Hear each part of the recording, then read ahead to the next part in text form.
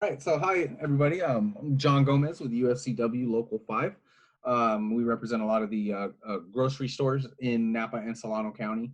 So UFCW was able to negotiate with certain companies like Albertsons, Lucky's, so on and so forth. Um, we were able to negotiate certain guidelines, such as $2 appreciation pay, um, um, providing masks, plexiglass, at the registers, and social distancing, the 6 feet apart. Some of the companies we were able to negotiate are doing fairly well, but then we have a lot of companies like Safeways, a lot of the Lucky's stores that are not implementing these guidelines.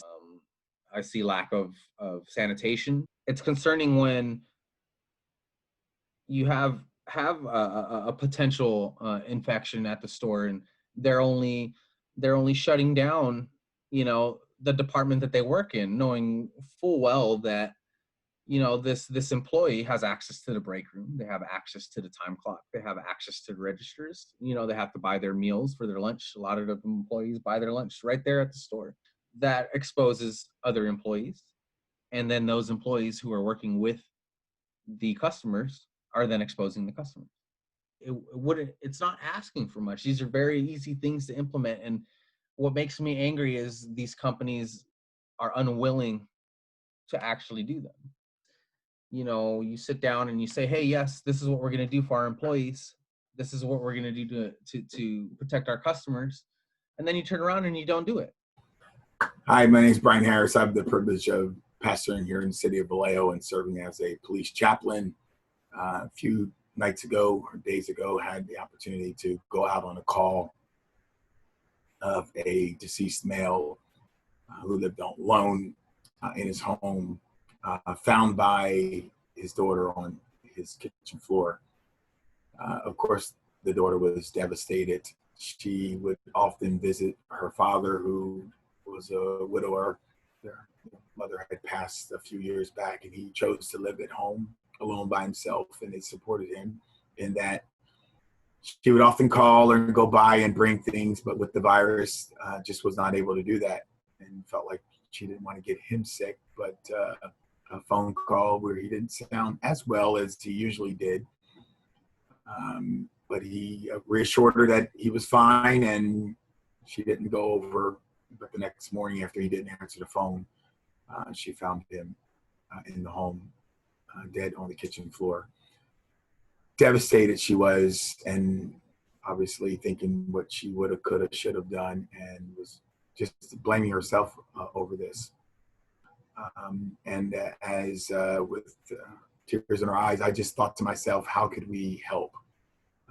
We as a community help support one another in a time like this, as we're all searching for answers in regards to this virus, and how we can meet each other's needs. I'd like to share a story with you about a woman I will call Susan today, who I've known for over a month and a half. She contracted COVID, and she was hospitalized locally here in Vallejo at Sutter Hospital for 5 days. And she, instead of being released into the Project Room Keep, she was released back out to the outside.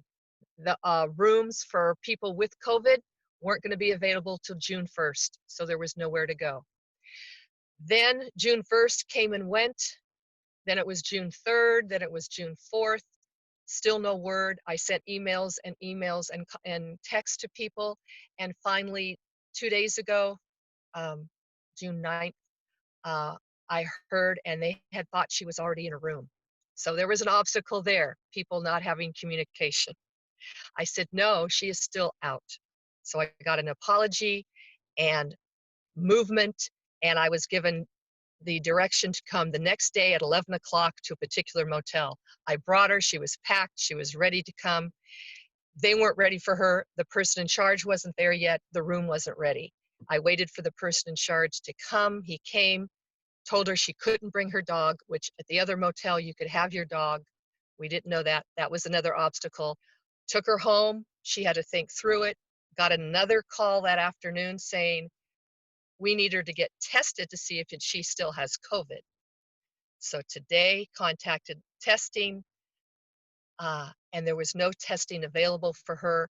throughout the Bay Area until Monday. So another obstacle. I contacted our Vallejo homeless coordinator. I will hear from her today at 4 p.m. to see if the medical volunteer staff that comes on at 4 will go out to her encampment to test her to see indeed if she still has it. In the meantime, a person in her encampment who she slept about 20 feet away from has also contracted COVID.